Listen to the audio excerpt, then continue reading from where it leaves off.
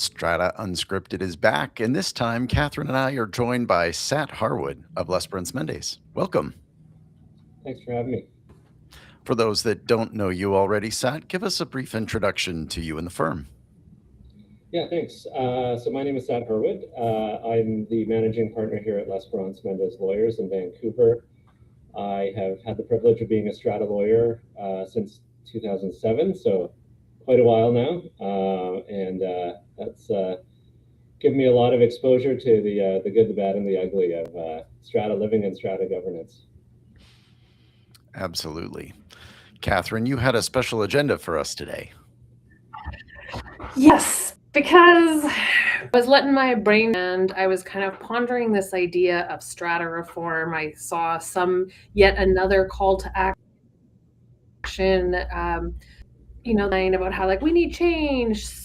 SPA needs to be totally overhauled. Everything's a nightmare. If we just had more rules, we'd be happy. And I just was driving and I started laughing and I was like, well, this is like the chicken and the egg. Which one comes first? Do we have more laws or do we need to shift our culture and behavior? And to me, there is no answer. And I was like, who we should bring on to talk about this one is a lawyer, because you guys really like black and white and I do not. So that's where that came from today. Excellent. Well, I also think in black and white, Sat, so you're not alone. What do you think about making fun of him a lot for it too, by the way, so be warned accordingly. There'll be some mild teasing at certain points.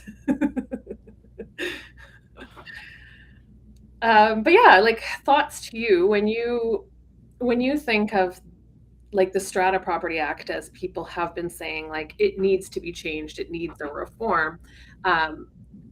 When you look at your career and your experiences with strata corporations and the disputes that come along with it, what's your stance on whether or not we need more rules, or if it's probably more of a paradigm shift in behavior and culture?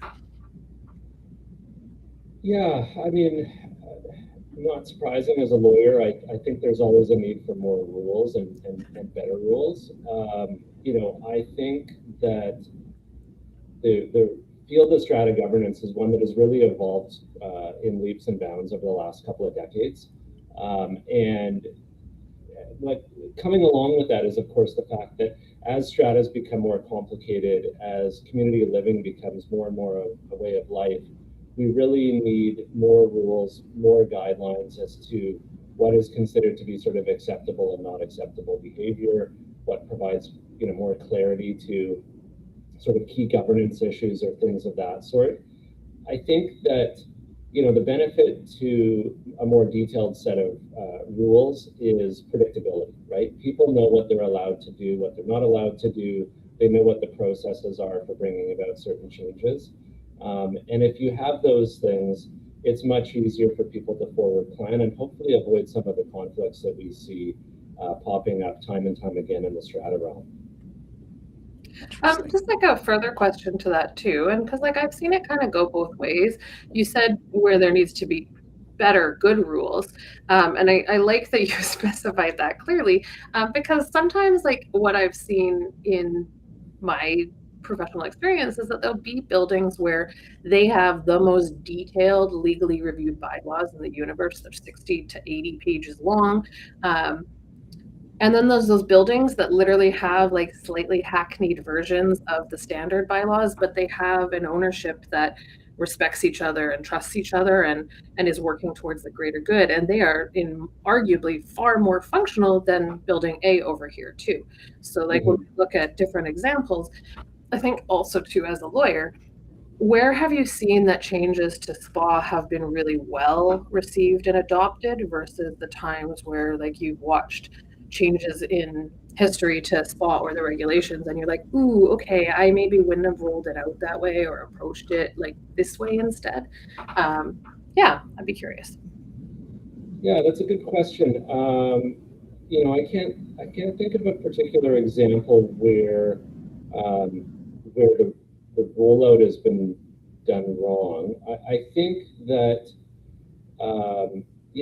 as strata lawyers, we're always looking for um, detail, and we're looking for regulatory changes that really sort of run the gamut of all the different scenarios that can emerge in that field. And I don't mean this as a critique of the government, but sometimes we, as sort of on the government side of things, you take a cautious approach to things, and so you sort of roll stuff out in a sort of small and staggered manner, which is to be expected, because big change also tends to lead to bigger blowback, right? But you end up getting situations where the change has been perhaps less ambitious, but as a result of that, it hasn't really addressed all of the scenarios or the situations that you see emerging, right? So, I'll give an example, and it's again not to critique, but if you look at something like the implementation of the depreciation report regime, right? Super, super valuable tool. It's a great resource for strata corporations when they engage in financial planning, when they look to the future and what sort of repairs and maintenance are needed for their community. Very, very valuable tool for purchasers as well when you're buying in, to get a sense of what's coming up in terms of significant bills or repair work that needs to get done. But there is a disconnect between that and then how do you get to actually bringing in those repairs, right? And that disconnect is to some degree inevitable, right? Like if you look at a strata community, there's always going to unfortunately be situations where different owners have different financial means when it comes to covering their share of the costs of a big repair bill. But by not having sort of a clear line from the reporting process through to the funding resolution, you do see a lot of situations where what I would say are sort of needed or inevitably critical repairs and maintenance get punted down the road because the community can't get to a consensus on how to fund those things. And then inevitably what ends up happening is the cost of repairs is greater, right? And so everybody pays more because of the lag time between getting from the reporting to the implementation stage. And so, I don't say that to critique anybody, but it is the reality of strata living that if you don't have a clear regime to get from reporting to funding, delays are going to happen and it's going to cost people more money. That's a really great observation. I know Catherine's got stuff to say on this, but I'm jumping in because I feel there's also a huge disconnect between the reporting and the funding. And British Columbia, unlike Alberta or Ontario, has a massive shortfall in terms of CRF funding compared to the other markets where they need to be adequately funded. And in other markets, the decision to proceed with those projects as recommended in their reserve studies or their depreciation reports is taken by the board. So there's no going back to get owners to approve a levy and approve a project. The board is taking the action that's necessary when it's necessary, and the funds are in place. It's just a huge difference. Go ahead, Katharine. No, and that's one way to do it, right? You can put in rules and force people to do it. Again, you're going to have different kinds of pushback to that way of doing it.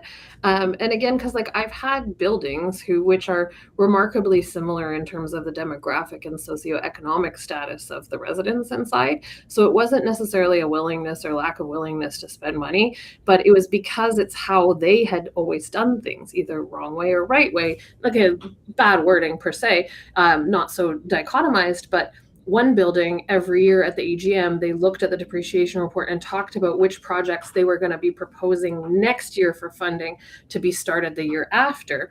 So that way this year we're voting on something that we already talked about last year that you've already been preparing for that we're going to do this summer. And then, it was always like a one step backwards forwards.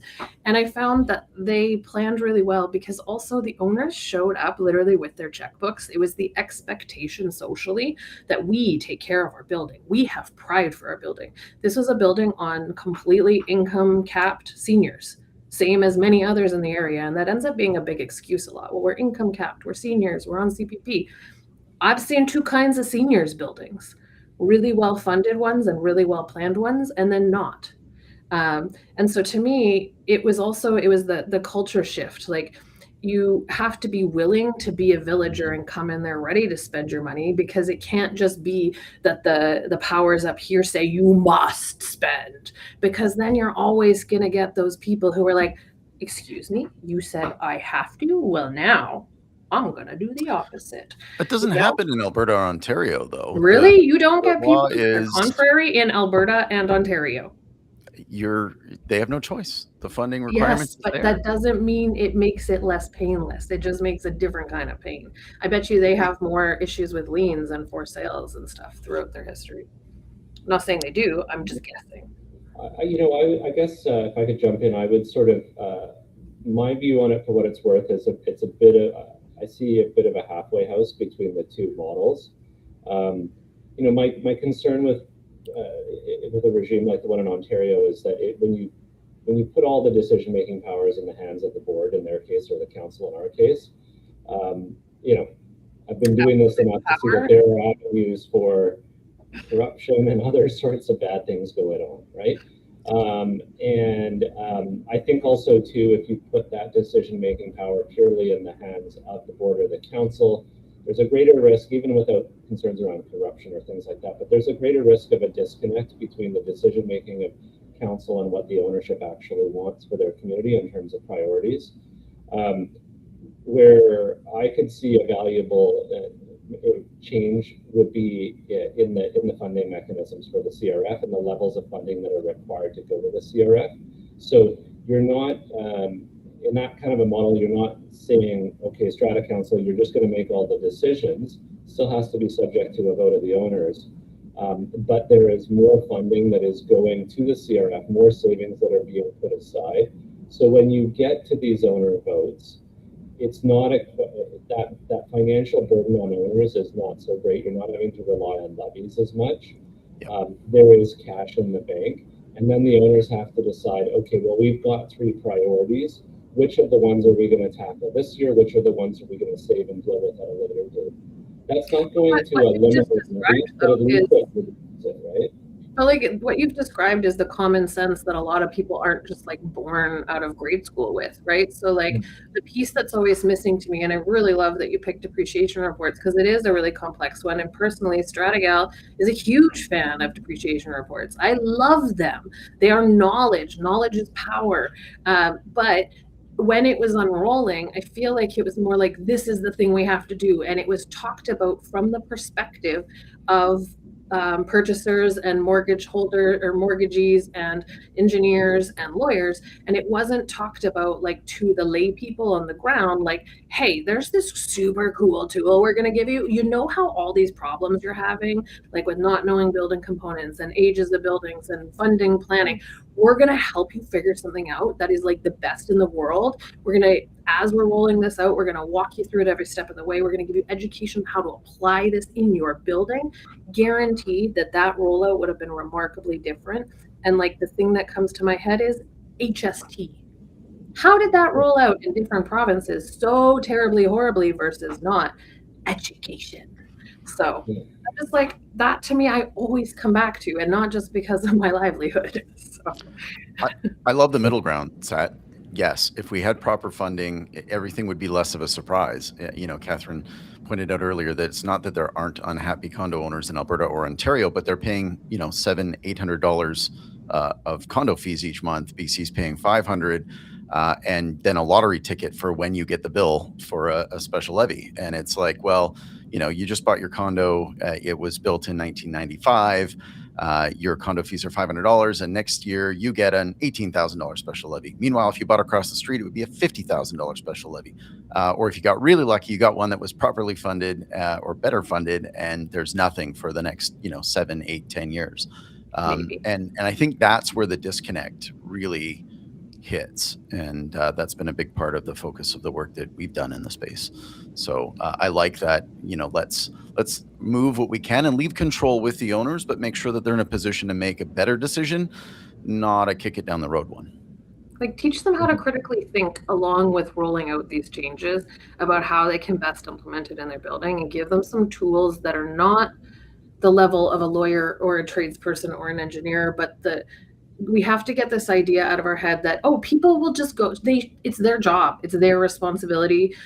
They shouldn't have signed up for counsel if they didn't want the responsibility of educating themselves. Well, guess what? More often than not nowadays, that will be the decision made by most people. And it's like a struggle to find council members. So like on as a lawyer side of things too, like you would have seen a lot of circumstances where you have to defend because you're on a side of certain like whichever party has engaged you. But like, and you can argue either way, and there'll always be basis in every case because there's two sides of every story, to be clear, not because one is right or wrong. But like, how many times in your career have you seen disputes get way too far along that were not really about the law and people were not seeing each other? That's a huge one. I mean, I think that probably 50% of all of the disputes that we get involved with as strata lawyers are first and foremost interpersonal disputes between people who are having difficulty communicating with one another. It's, you know, people that the challenge with living in communal living is that you have to share space with people. But we inevitably as humans get caught up in our own lives and our own situations, and we don't always pay enough attention to our neighbors and their needs and their situations because we're just trying to get through our own days. I think that, I've been to a lot of general meetings, and usually as a lawyer, when I get called to a general meeting, it's because there is a concern that things are going to get out of hand, or decisions that need to be made are going to get torpedoed because people don't understand the value of the decision they're being asked to make. Inevitably, when you go to those meetings, I mean, my goal as a lawyer in those meetings is always to try to, obviously, to talk through the law and the need for certain decisions to be made or not made, but also, I try to do that in a way that gives some credibility to the differing points of view. Even people that attend general meetings, even when their opinions are legally incorrect, usually that view is coming from a personal concern, and that concern usually has validity to it. And so it's a question of finding ways to acknowledge that concern, to give that person a forum to express their concerns, but then to gently explain to them why what they're advocating for, unfortunately, isn't something that can be achieved because of provisions in the act or whatever. And so, I think if you can do that as a strata lawyer, I think if you can do that as a council member or as a manager, your meetings will go more smoothly. Your relations with the communities that you serve will be better because people aren't going to necessarily get along all the time, but at least they will feel that they've been heard. And I think sometimes too, we know as strata managers or as council ownerships or strata councils, that we know when those meetings and circumstances are going to arise. And I would argue in that case that the investment in having a lawyer at the meeting will save you both your sanity and future funds, in that the right information will be conveyed and documented in the right way. And there won't be as much of a chance for emotional deregulation that causes further damage interpersonally to the strata. And like there's circumstances too where if you chose not to proceed with a lawyer, again, you could end up with the strata themselves getting sued or worse. There's been times where, and I'm not saying this is any of your clients, or mine, not saying that at all. But there's been records lots and lots of times of people getting into physical altercations because they just can't hear each other, or they're so convinced that they are the right person that they literally physically push each other's ideas, in a sense, because that's how I like to think of it. It's not even that I don't like you, you don't like, we just don't want to hear that we might even be talking past each other, I think a lot of the time. I also think it was interesting where you said, like, we have to become a place where people can be heard, because I also think that there's a lot of strata ownerships and institutions, even within the industry, where criticism, feedback, people speaking up about things that are happening that are difficult challenges in the industry are basically treated like that complaint itself is the problem and not the underlying problem that's being brought to the council or institution's attention. And I think sometimes too that if we are not accepting different ideas and examining other opinions than our own, then it's not going to help us within that institution to create more rules, because we're only going to be creating more rules from our one-dimensional perspective in there. And they're probably going to be more heavily weighted to our own benefit, even subconsciously, to be honest. So I think, it's challenging, right? I'd be curious too, how many times have you also seen like where there's been a council that you've had to defend, and no details, but that they're really out of line and that they're wasting their own money. And I mean, you're happy to take their business, but wasting your time, and ultimately probably hurting themselves. Yeah, I've definitely had that a couple of times over the years. My approach in dealing with those situations is, first and foremost, I start by, sort of explaining to the council why the position they've taken on an issue isn't correct, and why ultimately I think the CRT or the courts would rule against them if it came down to it. When I've been involved in those situations, I've often had requests from councils to attend general meetings or to attend information meetings to talk about those issues. And I've always been clear to councils in those cases, look, my role in this is, essentially I am a servant of the Strata Corporation itself. I take directions from council, but my client is the Strata Corporation, and my job is to ensure that the Strata Corporation gets the best advice I can give it. And I caution councils in those cases, look, I'm happy to attend your meeting. I'm happy to talk through the issues. I will certainly spend some time giving some explanation to some of the factors that you were weighing when you went down a particular path. But inevitably, if I'm asked to comment on the propriety of a decision, or a potential decision, I have to give people my unfiltered view as to what the correct interpretation of the law is going to be in that area. And so you need to understand that, if I come there, I'm going to say stuff that maybe doesn't necessarily support your opinion, but I'll try to give a balanced and a fulsome view so that all sides feel that they've been heard. I think it helps that you guys usually have a really, I was going to say, it helps that usually you lawyers, you guys have a really even tone when you're delivering news. I find that helps. Like, be like, yes, and the damage is going to be in excess of 3.5 million. Like, okay, yeah, cool.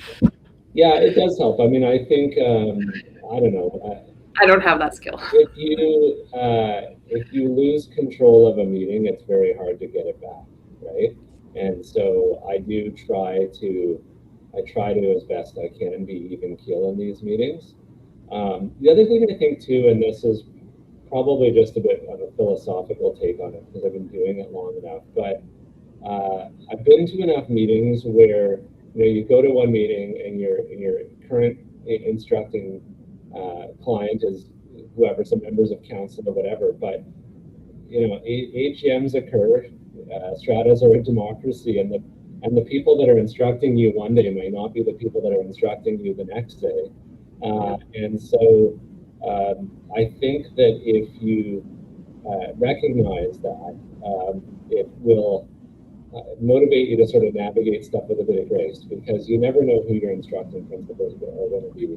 It is subject to change, and your directions are subject to change. And so I think if you can treat all sides in a dispute or disagreement with a measure of respect and candor, then it makes things smoother no matter what happens to that strata. That is incredibly wise. It would have helped me the other day when I got pulled over for a traffic stop because I rolled my eyes at the cop car. So don't recommend. Don't do that. Talking about some of these like more dysfunctional stratas, yes, we've, they fight, they do this, they don't see each other.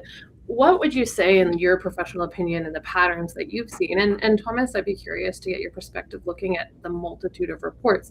What seems to interpersonally, looking at not just the rules, but their behavior and rules, maybe what differentiates the functional councils? Not perfect, not like, oh my God, we got everything glistening and perfect, but like what separates the ones that get stuff done and the ones that don't?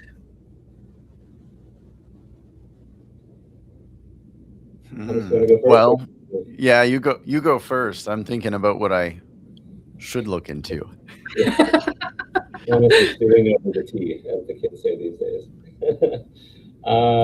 Yeah, I mean, I think there's a couple of things that I see frequently emerge in dysfunctional councils. In some cases, it's council members that sort of reverse personal interest with strata interest, right? People are human, and inevitably a big important decision comes up and you think, well, how does this impact me, right? And some people put the focus on their own personal impact ahead of the council or the strata impact. So I think that's a big factor. I think economics, like we talked about earlier, can be a big factor. Although, to be honest, I've had some buildings that had like marble countertops in deep West Van, and I could not stand them as much as the little, like, little 3-story walk up in wherever in East Van. Like, so socioeconomics can certainly help when you can like have enough of a comfort buffer that people can afford things without pulling out their teeth, but it's not the be all end all. No, it's not. And where the socioeconomic intends to flare up is if you have quite a diversity of means, right? Because then people might have different interests. Like if you've seen the value of the building spike quite a lot, and you have a divide between original owners and new family owners who are very different mortgage structures than each other. We talked about this a little bit in one of the last. You can see that. Like, I mean, ethnocultural conflicts can pop up too, and those are always like those are really tricky ones to navigate. But the reality is that they do pop up in stratas. I thought in the city a lot more, wherever you get more diversity, you do get some more conflicts. Yeah. I've seen it a little bit less out here in Chilliwack, but yeah, so far. Yeah, you could see that. Mental health issues can pose a challenge, and I use that term in a really broad sort of sense, right? But there's lots of people who are struggling with those sorts of health issues these days, in any sort of demographic in any sort of real estate market. But when you have those within a strata corporation, either where you're dealing with challenges with an owner or you're dealing with challenges with people who are on council, that can really make things difficult and occupy a lot of time. When I got into practicing strata law, I thought a lot of it was, it was just about dealing with the law and legal perspectives and legal issues. But I've been doing this long enough to know that having some good, what I'll call counseling skills as a lawyer, some good interpersonal skills, some good empathy skills really go a long way, because you will be at many times in your career dealing with people who are struggling with mental health or physical health issues, and to be able to try to navigate those things with some grace and compassion, I think goes a long way as well. Curiosity and compassion are excellent qualities in leadership. So those of you on strata councils out there, start with that first. Thomas, what separates the good ones that get stuff done and that you've seen? Like data-wise, even, because you won't have the same preparedness perspective. Those that are adequately funded for the near-term projects always have a smoother go of things. When you look at community operation and strata councils, again, trying to find better alignment and mix of skills is really helpful. And when we look at the bylaw notices and the discussion of bylaws within the documents, and we've seen 250,000 of these discussions beyond discussion of fines and bylaws themselves. The biggest categories are parking and vehicle infractions, followed by common area misuse, noise, garbage, and then pretty much tied pets, smoking, safety, and security.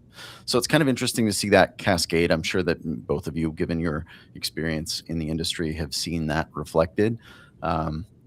And there are some that, despite being mentioned last, like rentals, have higher fine amounts because of the nature of those violations and what that means. Sat, in your experience, how big are these relative issues to one another, and what do you see on the ground? Yeah, I think I see these issues pop up time and time again. I think also too that when they do pop up, they tend to occupy a significant portion of the council and the manager's time. Yeah. So, I sometimes joke with people that there's, in any given strata building, there's like 2 owners that occupy 85% of the council's time, and then the other basket of owners, whether it's 2 or it's 150 owners, occupy 20% of the time. And so, yeah, you do inevitably see that popping up a lot. And when those issues pop up, part of it is because of the people involved, but it's also the impact that it has on the community at large, right? Like, if you are an owner in a building and your neighbor upstairs has a propensity to hold parties, your life at home is miserable, right? Because you're constantly being kept awake at night. And it's, like, your home is supposed to be your sanctuary, your respite from the chaos of your work world or whatever issues that you're dealing with in life. That's the place that you can go and wind down and do all those things. But if the ceiling is vibrating every evening because of the parties upstairs, it becomes really difficult to function. Absolutely. And that 1 to 2, whenever, if you've attended any of my trainings, I have a character. His name is Bob Robertson. He represents literally all of that two guys, basically, or 2 people, sorry. So just to be clear, it's not a real Bob if you've ever attended training. He just is the amalgamation of what exactly Sat has talked about here.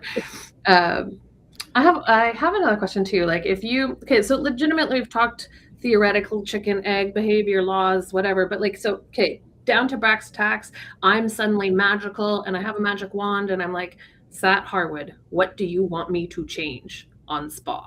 What would you want me to change? Yeah, so interestingly, because the last few moments we've been talking about some of the interpersonal issues and mental health issues and these sorts of things. I actually don't have a suggestion there, because I think to some degree, that's just part of life, right? And navigating those things, you can't legislate those things into a space where you don't have a problem with those, right? But I will say that when you look at the Strata Property Act, when you look at areas of dispute that pop up time and time again, where you're like, we could actually deal with this from a legislative standpoint, quite simply. I think you look at the definition of common property in the Strata Property Act. Super boring topic. Why are we going there? Well, I can't tell you the number of times that an owner and a strata corporation have got into a dirt throwing match over who's responsible for fixing something, right? When you look at things like pipes and ducts and electrical components and all this sort of stuff, anytime there's a problem, a strata inevitably comes to their manager, or they come to me or some other strata lawyer out there, they come to Katharine and they're like, who's responsible for this, right? And so the definition in the act, the way that it tries to balkanize areas that are a strata responsibility from areas that are an owner responsibility, it's a mess. And when a strata comes to me and they're like, hey, we've got this mechanical component inside a wall in a strata, who's responsible for it? I'm like, well, I can tell you what the definition says, but I'm going to have to go and see what the latest CRT case says from the last 3 days, because the case from a week ago, it might be a different outcome now, right? So you answer questions like me. I don't ever give them a real answer. I'm like, well, it depends. That's a good lawyer. And actually, I have just came up with a new article I was going to write based on a similar thing. It's interesting you said common property. So for this story is going to be called the Hardy Board Sisters and the Clue of the Garage Door Damage. Because this was the thing too, is about the division of CP, LCP, and strata lots is incredibly confusing to most people who live in strata. So I love that you said that. Yeah, it's a big one, right? And like when you look at let's say it's a 100-story strata building, it's a 10-story concrete high rise or whatever, right? If you look at a building like that, the lion's share of the mechanical, electrical, plumbing, HVAC, whatever, fire suppression system equipment, the lion's share of it by a huge margin is going to be a strata responsibility, right? It's that small portion that might be an owner's responsibility that inserts a measure of vagueness to the dispute that inevitably leads to legal disputes. Again, I don't mean that critically, but it eats up a lot of CRT time to deal with those issues. If there was a bit more of a hard pass rule, like this is a strata responsibility, full stop, it will simplify that. It'll reduce the amount of CRT time that is eaten up dealing with these issues. It will reduce the amount of time that managers have to come and consult lawyers like me about who's responsible. It just makes it a lot more straightforward. Now, I love that, but I'm going to disagree. As soon as you come up with a new definition, there's going to be another Bob that wants to argue with that. But Katharine, you shared that CRT case where the decision was made mostly in favor of an owner for a leak that originated in their unit. Mm-hmm. And the person that decided that particular case somehow said that the standard of neglect of their property met the barrier of negligence on the part of the owner, and that the owner wasn't negligent. And I'm like, negligence and neglect are different things. I know which case you're talking about, and I really Right. shouldn't speculate because I was a strata manager for that building at the time, and I'm just going to say they clearly did not have all the definition 5 years or all the documentation 5 years later when the case was actually decided. Right. So hint, go to a better software program or file system, or like don't change companies or managers 5 times during a major litigation. Just by the way, bad idea because you'll lose a lot of information. But yeah, no, I zip a lip. No comment on that one. Okay, fair. But no, I like Seth's point. I think that could be really clear. And Katharine, you used some strata lingo there, that the CP is the common property and the LCP is the limited common property. And then there's, that SL, LCP, CP. Yes. We love acronyms in strata. Like it's really fun. We just make stuff up all the time just to confuse people. It's great. Yeah. Anything else? Any other questions? And do you need any legal advice for anything while we got him here, Thomas? Anything? Well, I mean, I guess it would be helpful to understand when somebody should be contacting you, Sat. What are the ideal circumstances for a strata corporation to be reaching out? Yeah, I mean, well, I always joke with people that it's much cheaper to contact a lawyer at the front end than at the back end after a dispute has already blown up. I think that sort of general statement is fairly true across the board. But jokes aside, I mean, I do think that getting advice, if you get to a situation where you can see a dispute emerging, where this is going to happen, where there is a disagreement amongst owners or between council and a particular owner, getting advice at the front end is really critical, right? Time and time again, what we see in the CRT is situations where a strata corporation has got to that adjudication phase, and then a decision comes out, and it's very clear that the bylaws were breached, that something was done wrong, and then time and time again, the strata loses the case because it didn't follow proper bylaw enforcement procedures, or it doesn't have evidence on a particular point that is critical to the decision-making process, right? And so it's an awful situation for a strata to be in because they've invested so much time, so much money into getting justice on a particular issue, and then they lose because of a technicality or a lack of preparedness, right?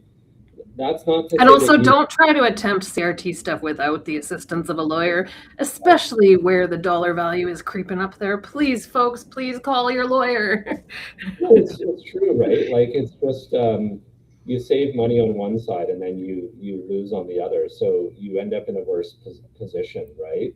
Um, and obviously, like as lawyers, like we're very happy to help stratas all the way through the process, and sort of guide them each step of the way. But we recognize like not everybody has the same financial means to hire lawyers. So, but sometimes people come to us and they just want advice at the front end, right? Or midway through the process. And obviously, if we're not involved full time, we can't sort of steer you through every argument that you need to make. But at least we can help to guide you to avoid some of those big critical pieces, right? And a lot of them are just like, had you done that homework at the front end, had you issued the proper 135 notice, or had you, collected Saved good the evidence files. that somebody was breaching your no Airbnb bylaw, you wouldn't be in a situation where your claim is tossed out because of these sort of technical shortcomings. Yeah. Absolutely. Yep. Well, I'm going to risk throwing up a QR code and we'll see where it floats over us here. Yeah, right over you, Sat. So you're now invisible, but scan that code. There he is, hiding behind it. Excellent. Well, look him up, connect with Sat.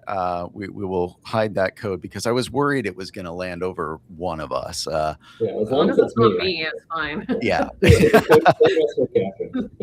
That's right. Wonderful. Well, thank you so much for joining us, Sat. Really fascinating insights there. I think it would also be worth many stratas updating their bylaws. It has been a long time for many communities. Is that work that your team helps with? Yeah, all the time. I think on any given week, I probably have 6 or 7 bylaw amendment processes on the go. Right. Okay. Wonderful. Well, thank you for clarifying that. Katharine, anything to wrap us up? No, because if I start going, I'm going to go down a whole other digression. So, good. Excellent. Well, thanks, Sat. We'll have you back.